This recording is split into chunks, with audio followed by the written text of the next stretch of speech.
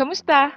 Ang ituturo ko sa inyo ngayon ay kung paano mag-submit ng mga activities at assignments sa Google Classroom app. Pero bago tayo magsimula, huwag kalimutang pindutin ang subscribe button para updated ka sa mga susunod nating tutorials. Para tayo ay makapagpasa ng mga activities at assignments sa Google Classroom, kailangan meron na tayong na-download na Google Classroom application. Kung wala pa, pwede kang mag-download sa Play Store. Kapag ikaw ay nakapag-installed na, buksan mo lang ang application. I-check mo muna ang email na naka-sign in sa iyong Google Classroom. Ang sunod ay maaari mo nang buksan ang iyong classroom. Tignan mo muna ang stream, pagkatapos ay pindutin ang classwork. Sa classwork mo makikita ang mga dapat mong ipasa. Pindutin mo lang ang naka-assign sa iyo, basahin ang mga instruction, at pindutin ang link.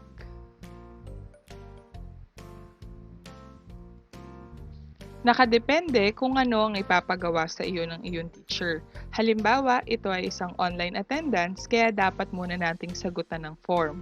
Kapag nasagutan na natin ang form na ito, optional kung dapat nating i-screenshot o hindi.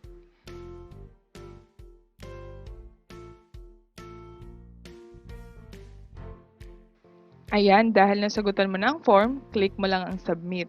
So ito ay pwede mong i-screenshot. Pagkatapos ay babalik ka lang sa iyong Google Classroom application, i-slide mo lang itong arrow na ito at pindutin ang Add Attachment. Mayroon diyang mga option kung ano ang ipapasa mo. Dahil picture, pipiliin natin ang file. Hanapin mo lang kung saan mo na isave ang screenshot o file at i-click mo yon.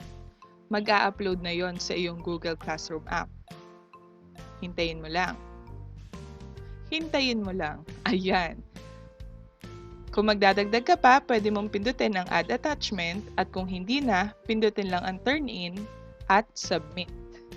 Ayan, nakapagpasa ka na sa iyong Google Classroom application.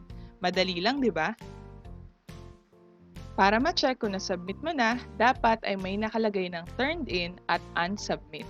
Ayan, alam mo na kung paano mag-submit ng mga activities at assignments sa Google Classroom app. Huwag kalimutang i-like ito at i-share ito sa iyong mga kakilala. Paalam!